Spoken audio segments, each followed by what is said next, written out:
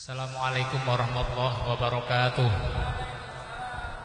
Alhamdulillahirabbil alamin wa bihi nasta'in ala umuri dunya waddin. Shallallahu wassalamu ala asrofil anbiya'i wal mursalin sayyidina Muhammadin wa ala alihi washabihi ajmain. Yang kami junjung tinggi fatwa dan nasihatnya Buya Junaid Al-Jundi Sahibul Ma'had. Yang kami hormati Kiai Mun'im DZ, Kiai Hernowo, Kiai Rosid, dan para instruktur yang lain, dan para tamu undangan serta para kader sekalian yang hadir di malam yang sangat mulia ini, malam 10 November. Mudah-mudahan kehadiran kita di majelis ini ya bisa menambah daya juang kita untuk terus berjuang mengikuti para pejuang zaman kita terdahulu. Syukur alhamdulillah kita masih bisa bersilaturahmi dengan para kader walaupun dengan kondisi yang terbatas ya. Saya ini dengan Pak Kiai Mun'im sebenarnya lagi dalam kondisi yang belum sehat-sehat amat ya, karena kami baru saja pulang dari Bali ya. Bali itu kami PKPNU di sana, pesertanya hampir 200. Kemudian dilanjutkan Silada di Situbondo, pesertanya hampir 5.000. Lalu dilanjutkan di Bondowoso juga hampir sama ya. Dan kalau di Madura itu, kader Madura itu harus salaman dengan kiainya. Jadi kami ini kadang-kadang salaman sampai 3.000 sampai 5.000. Tangan saya sama Pak Kiai Mun'im itu sampai gatel, Pak. Ini Covid ini. Tapi ya, dan akhirnya saya menyiasati dengan Pak Kiai Mun'im di Bondowoso. Saya terpaksa, ini Kiai Mun'im terpaksa bawa tongkatnya Pangeran Diponegoro. Ini saya bawa ya, sengaja. Dan di depan masa yang ribuan itu saya sengaja ini tongkat dari pohon sawo yang kita ambil dari rumahnya Pangeran Diponegoro ya. Izinnya itu sulit, ini harus sampai ke Kodam Diponegoro di Jawa Tengah, sampai Korem, sampai ke Koramil. Dapatlah kami ini yang pohon ini kami bawa. Kenapa ini kami bawa? Supaya Pak, kader-kader kita di Madura itu konsentrasinya bukan ke kita tapi ke tongkat ini, Pak. Begitu saya kasih tahu tongkat ini, rebutan nyium tongkat ini, jadi nggak minta salaman lagi, Pak. Rebutan ribuan orang nyium tongkat ini nih ya, alhamdulillah. Jadi memang bener ini ya, ini diambil dari Diponegoro ya, ngambilnya juga sulit, tongkat ini nggak gampang, dan saya meyakini ini sudah berusia ratusan tahun ya, maka keramat karomahnya pasti ada, dan ini dipegang langsung oleh Pak Kiai Mun'im sebagai komandannya PKPNU. Nah, alhamdulillah walaupun dalam kondisi yang kita ini tidak begitu fit ya dalam situasi Covid. Sebelumnya beberapa minggu yang lalu sebelumnya kita ketemu kader di Mojokerto hampir 7.000 sama. Kemudian ketemu lagi di Lamongan. Jadi hampir kerjaan kita ini melanggar prinsip-prinsip Covid itu. Hampir salaman terus, Pak. Tapi alhamdulillah selama kita perjalanan kita sampai ke Bali itu alhamdulillah ya kita diberi kesehatan luar biasa ya. Alhamdulillah bisa terhindar dari mara bahaya ini. Mudah-mudahan ini terus ya sampai Covid berakhir lah ya. Bahwa Covid itu ada, itu realitas, kita tidak boleh mengelak ya. Tapi kita harus menghindar, tidak boleh takut. Kita hanya takut kepada Allah Subhanahu Wa Taala ya. Dan di majelis ini kita bisa ketemu lagi ya dalam kondisi yang sekali lagi terbatas. Besok kita harus ke Sumatera Selatan ya, perjalanan darat. Jadi kami dengan Pak Kiai Mun'im itu memutuskan tidak lockdown tapi downlock ya, kita jalan aja lah. Karena kalau enggak ini bahaya. Kenapa? Karena sama-sama di bawah itu menunggu. Saya dengan Pak Kiai Mun'im itu ditunggu di mana-mana. Kalau kami ini kami nggak pernah keluar, mungkin kayak apa kondisi di bawah ini. Dan yang saya salut ini orang yang paling berani keluar duluan ya, pada saat masyarakat Jakarta ketakutan menghadapi Covid bulan Maret, yang berani keluar itu Pak Hernowo, Pak.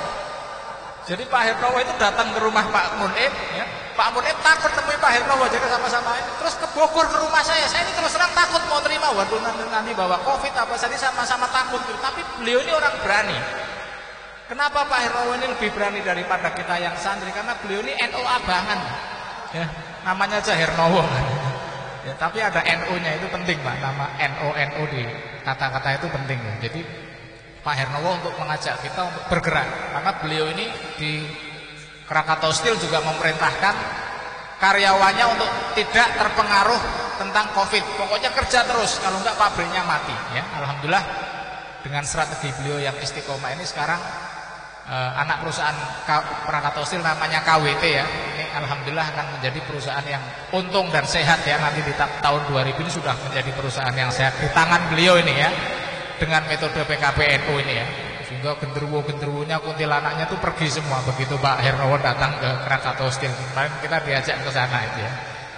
Nah, ini mudah-mudahan pertemuan yang terbatas ini bisa menjadi konsolidasi awal kita di saat Covid, dan di samping kita juga sedang berhenti. Kenapa? Tadi Pak Kiai Mun'im menceritakan sesuatu yang sangat luar biasa, terutama terkait dengan 10 November ya. Jadi memang 10 November ini kalau kita tidak bergerak 9 tahun yang lalu ya, mungkin cerita Nahdlatul Ulama di dalam sejarah itu hampir dihapus secara sistematis, hampir hilang. Kalau kita tidak ngotot itu hampir hilang. Mungkin tidak ada cerita lagi bahwa 10 November itu adalah karya dari Hadratus Syekh Hasyim Asy'ari. Hari ini semua orang tahu ya bahwa 10 November itu tidak akan terjadi tanpa Hadratus Syekh Hasyim Asy'ari. Jadi orang itu kan mengira bahwa nasionalisme Indonesia itu dibangun, NKRI itu dibangun oleh Soekarno. Semata Soekarno itu ya tidak benar Pak. Bahwa Soekarno memang tokoh besar yang melahirkan negeri ini ya. Tapi Soekarno itu tanpa NU itu sukar Pak ya. Nah, Soekarno kan nggak ada NU-nya kan sukar ya. Bung Karno tanpa NU ya bongkar gitu. Jadi Bung Karno ya ada NU-nya di belakangnya ya. Jadi ini nggak mungkin negeri ini lahir tanpa NU, itu muskilat lah, nggak mungkin. Orang itu yang ngomong ke kita delegasi Inggris langsung waktu datang di PBNU nemuin saya Pak Kiai Mun'im, kemudian disertasi beberapa wawancara disertasi doktor ya yang menemui kami di PBNU waktu itu, yang menyatakan secara matematis Indonesia itu tidak akan bisa merdeka tanpa Nahdlatul Ulama. Jadi tanpa NU nggak akan bisa merdeka. Itu semua sepakat mengatakan seperti itu. Tapi kan dikaburkan. Seolah-olah 10 November itu bukan NU. Yang merobek bendera merah putih di peristiwa Hotel Majapahit ya, namanya Cak Ari. Saya sudah ketemu keluarganya waktu itu, saya ceramah di rumahnya Cak Ari di belakang Hotel Majapahit ya, di Gubeng itu. Cak Ari itu ketua Ansor ya. Cak Ari itu ketua Ansor. Lalu Haji Abdurrahman yang di bawahnya Cak Ari itu namanya itu komandan Banser di situ ya. Tetapi dalam sejarah seolah-olah peran Cak Ari CS ini dikaburkan, seolah-olah ini adalah gerakan arek Surabaya. Bukan Pak. Kenapa kok Ansor yang bergerak? Karena NU kan kantornya di Surabaya. Dan Surabaya itu basis terkuat Nahdlatul Ulama sudah sampai ranting, tapi dikaburkan. Nah, sebelum ada orang yang, ini mohon maaf tapi sudah meninggal orangnya, namanya Rosihan Anwar. Rosihan itu wartawan senior Antara. Kurang lebih 40 hari sebelum meninggal dunia, di Metro TV beliau mengatakan bahwa yang membakar bendera itu adalah dari ormas Islam, tapi dia nggak menyebut NU, tapi sudah mending menyebut ini pelakunya adalah ormas Islam, maksudnya NU ini, Ansor dan Banser, tapi ditutup-tutupi seolah-olah itu adalah gerakan riak dari nasionalisme anak-anak Surabaya ya. Saya teliti, saya telusuri semua nggak begitu ya. Kalau nggak ada Mbah Hasyim tanggal 22 Oktober itu mungkin kita tidak akan merdeka seperti hari ini. Jadi tanpa Mbah Hasyim. Jadi memang Mbah Hasyim, benar-benar Mbah Hasyim ya. Kalau waktu itu yang maju tidak Mbah Hasyim, mungkin Inggris berani Pak. Tapi karena yang maju ini Mbah Hasyim ya, dibantu oleh para wali, ini yang penting ini ya. Para wali-wali ini kan rapat waktu itu di tempatnya Sunan Ampel itu ya. Itu ngumpul semua tuh, Sunan Kalijogo macam-macam kumpul, ikut membantu Mbah Hasyim. Kalau waktu itu tidak ada Mbah Hasyim, tidak ada resolusi jihad, mungkin kita ini dijajah kembali seperti kesepakatannya perjanjian Potsdam, karena di Potsdam itu di situ disebutkan Indonesia itu dibagi menjadi kalau tidak 5 ya 7 negara bagian. Tapi alhamdulillah berkat peran Hadratus Syekh Hasyim Asy'ari terjadilah peristiwa yang sangat besar itu, resolusi jihad ya, yang semua kaget, semua tidak mengira bahwa Nahdlatul Ulama ternyata menjadi benteng terakhir dari berdirinya NKRI ya. Waktu itu Pak Karno sendiri yang datang kepada Mbah Hasyim. Pak Karno mengirimkan utusan, salah satunya Bung Tomo ya. Kalau sampean tahu, ini bukan kita ini ya, Bung Tomo ini wartawan. Beliau ini wartawan sekaligus penyiar radio, makanya suaranya bagus, Pak. Ya. Makanya teriak Allahu Akbar tuh dia ini penyiar radio. Dan Bung Tomo ini pemain ludruk. Ya. Dia ini bisa ludruk, wartawan. Gak mungkin pemain ludruk kok mimpin revolusi itu ya, gak mungkin, Pak. Yang mimpin nih yang Mbah Hasyim ini. Tapi dibelokkan semedian rupa, ya seolah-olah tidak ada peran Nahdlatul Ulama. Ya. Saya baca dari karya William Frederick, ya, kemudian karya Ruslan Abdul Ghani, semua tentang peristiwa sejarah Surabaya itu tidak ada satupun yang menyebut nama Mbah Hasyim. Bahkan ada memoir namanya Haryo Kecik, Jenderal Haryo Kecik ini jenderal yang berharuan PKI ya, menyebut Mbah Hasyim itu hanya guru ngaji, di situ disebutkan. Jadi luar biasa. Nah, akhirnya pelan tapi pasti peristiwa ini terbuka.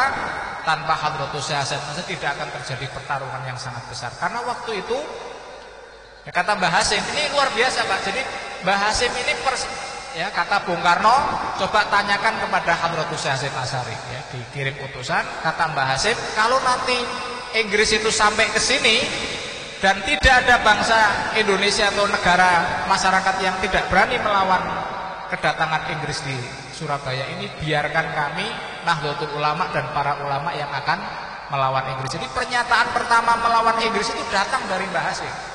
Jadi Mbah Hasyim itu persis kalau ada orang naik sepeda motor dibegal itu loh.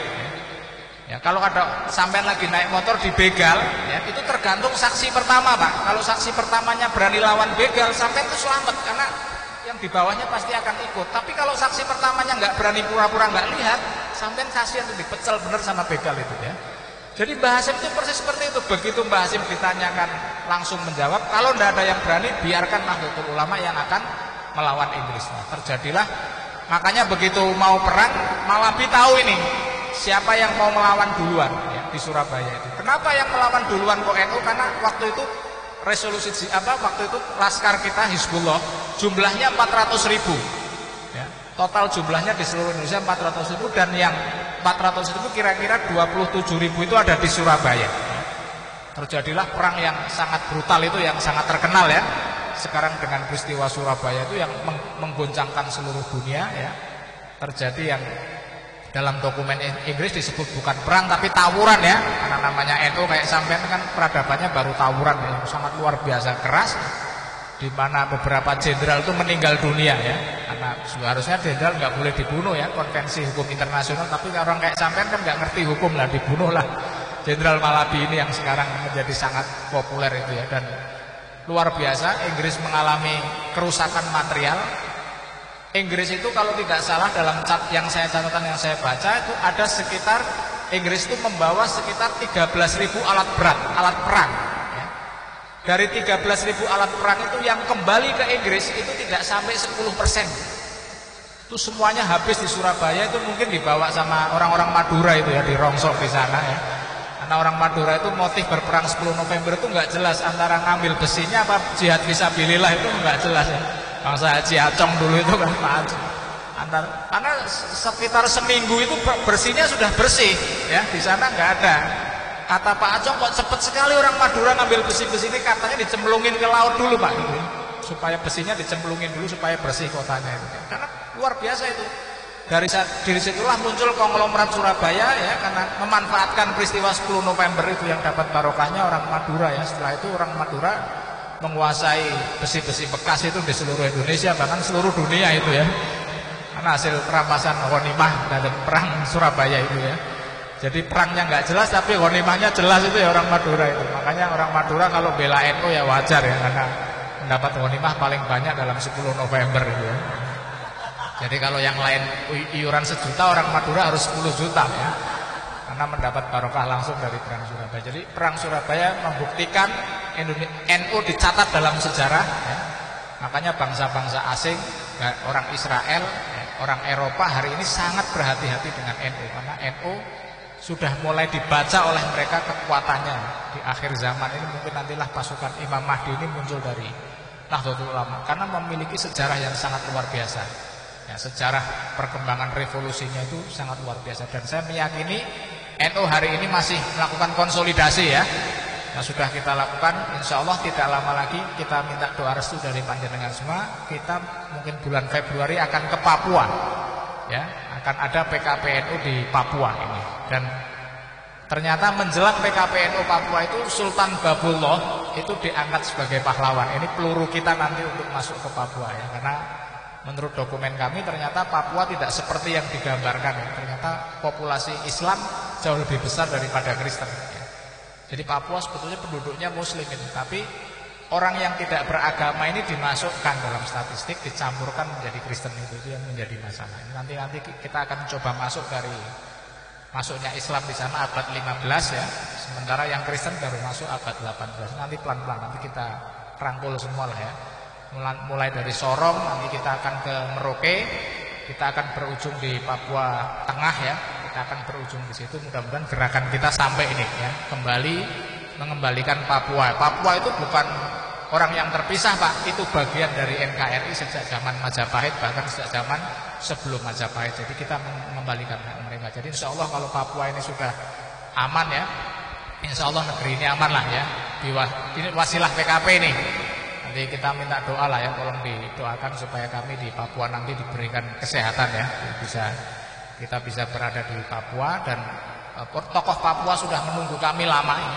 Ya, Munim kemarin ada PKPNU di Bali, ini sudah ada 5, ya, peserta dari Papua yang siap menggerakkan PKPNU di bumi Cendrawasih. Jadi insya Allah kita akan ke sana.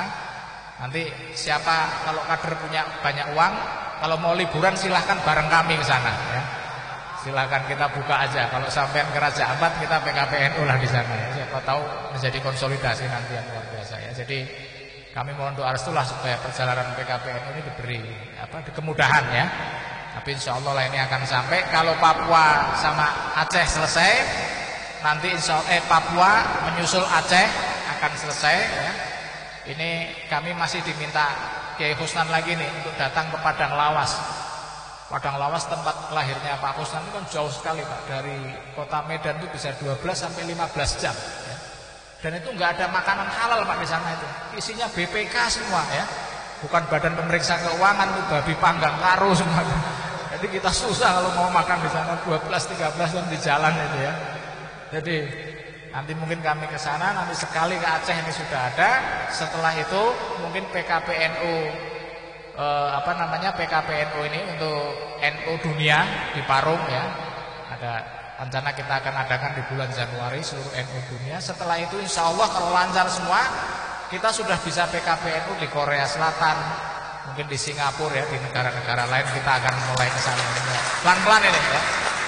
Pelan-pelan ini sudah jaring-jaringnya sudah mulai ketemu, sudah mulai diskusi dengan kami, ya. Ini kalau ini ekonominya masih gonjang-ganjing, ya, insya Allah akan ada banyak negara yang bergabung dengan Indonesia, ya. Makanya nanti kita akan ngomong ke Papua, kamu ini mau merdeka untuk apa, Om?